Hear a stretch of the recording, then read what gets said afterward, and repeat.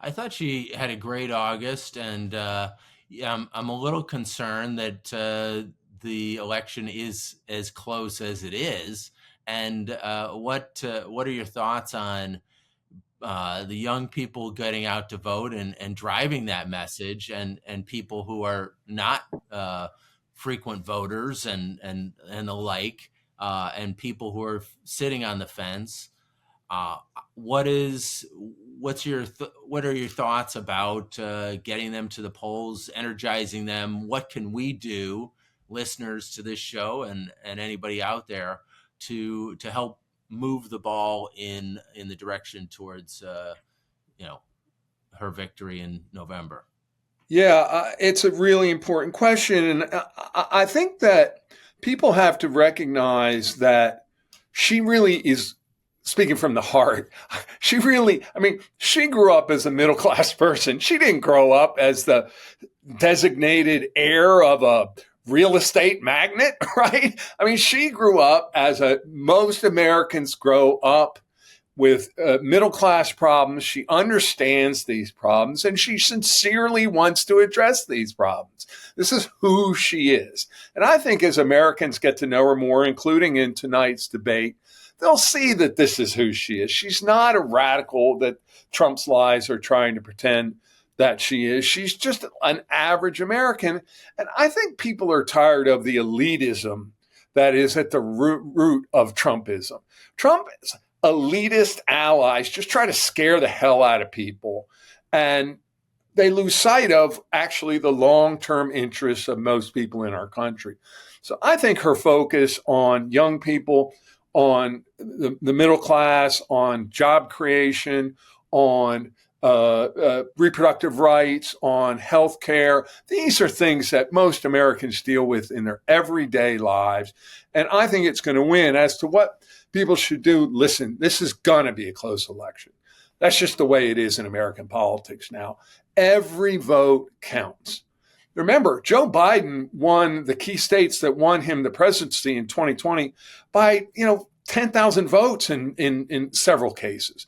The total number of votes that could have switched and made Donald Trump president was less than 100,000 votes in 3 states. I mean, it was an incredibly close election in 2020. It's going to be close this time.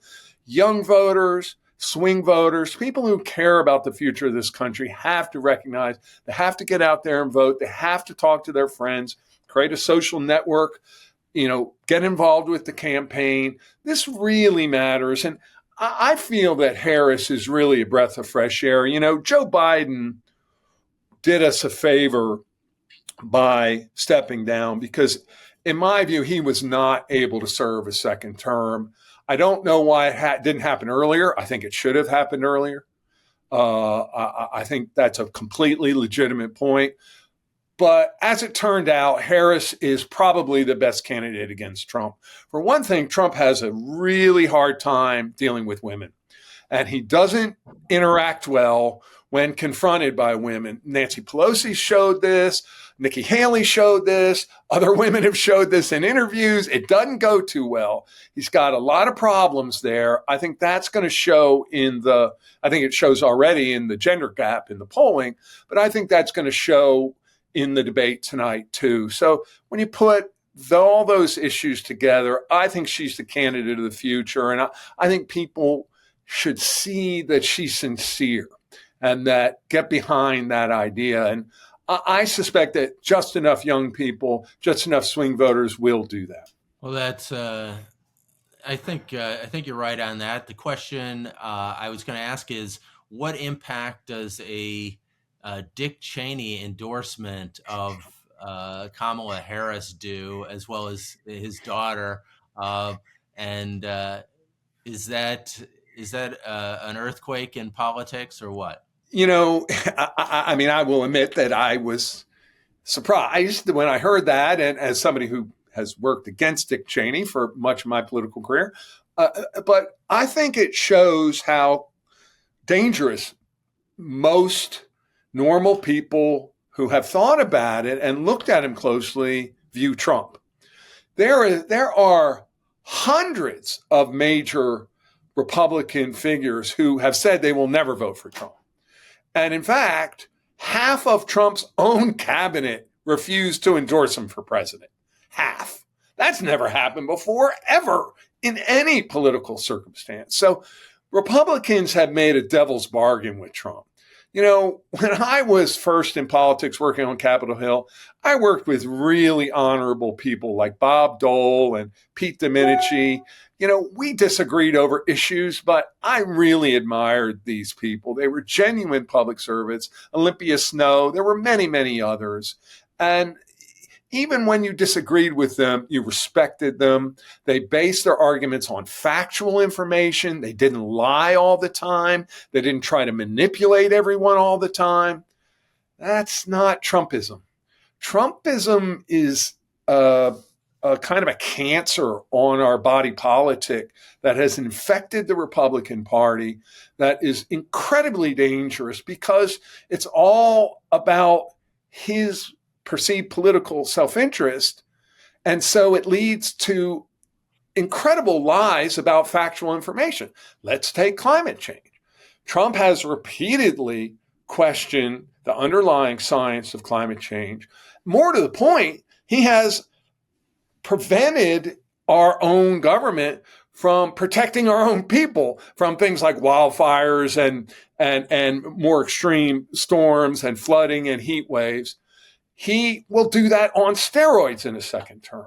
So these decisions to lie and to deny factual information have real consequences to the American people and to people around the world. They have consequences to our economy, to our public health, and our public safety. And I think that people have had enough. I really think that the change vote is away from Trumpism, which is really just a pack of lies. Hopefully, there'll be enough people who are Republicans and independents who are conservative leaning who will say, "Hey, enough is enough." As much as they may not be for somebody on the left, which Kamala Harris is further to the left of center. That's who she represents, the Democratic Party. But putting country ahead of party, and I think that's the message here to, I think, these swing voters is saying, hey, Trump is too dangerous, both for the environment as well as for our democracy. And you just can't take that risk of putting our democracy at risk for his personal benefit. I think that's right. But I also truly believe that she's more centrist than he is, far more centrist. I think that her values are classic middle class values. She believes in fairness. She believes that average working people should get a decent wage. She believes that women should be able to protect their own bodies. She believes that health care should be available to people through Obamacare, which, she believes that the states should get Medicare and Medicaid aid. She believes in these very basic middle class values. I don't think she's far left at all. I think she's in the center. And one of the things that's interesting. I wouldn't say far left, but I would say, hey, she's left of center, which is the Democratic Party is left of center. Yeah, I would just say that everyone assumes they know where she is politically, and I'm not convinced they do. I think that she's more likely to be a Harry Truman-like figure, which is someone who becomes president without necessarily a huge amount of scrutiny from the American people, but then applies an independent set of policies. I think that her focus on inflation, her focus on growing 25 million new small businesses with $50,000 of startup money, that doesn't sound like liberalism to me. To me, that sounds like a centrist, middle class set of policies. So we may differ about what's left and what's right, and obviously many Democrats are to the left. I just think her vision is actually a little more unifying and a little more centrist than people think. No, I agree with you that her speech at the convention was a more centrist message, and I think that that's a winning one. I think it's a winning one for the Democratic Party, and I welcome the Democratic Party kind of moving to the center, because quite frankly, that is going to be a stronger thing for the country and for the environment, because Absolutely. to me the environment is the most important issue, and you've got to capture the center of the country in order to push those policies effectively. And That's so right, if Matt. the Democratic Party is seen as too left wing and extremist and communist and whatever the Republicans want to paint them as, then the policies of environmental protection kind of get tarred with that brush. That's right. And that's why I think her economic appeal on these energy and climate issues is so important. We should talk about economics first, about public safety second, and about climate change third, because that's how people really look at these issues. How much does it cost for me to heat my home or my apartment, to get to work? And am I safe? Do I have clean air? Is it too hot outside to play or to work? Are the wildfires getting so bad that the air quality is being undermined? Or can I afford homeowners insurance because flooding has gotten so bad that homeowner insurance is unavailable in much of the country? These are kitchen table issues.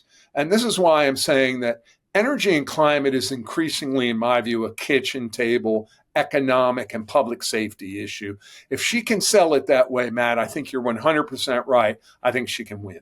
I think that she can. Whether she will is another story, but I think she's headed in the right direction on that. As trial lawyers, we are sometimes there's a school of thought out there to appeal to people's reptilian brains, which is kind of essentially what you were describing, which is what's in it for me and why is this important to me as a voter. And certainly voters around the country, in Florida, I understand it's very difficult to get insurance these days because Almost of impossible to get climate homeowners change insurance. issues. Yep.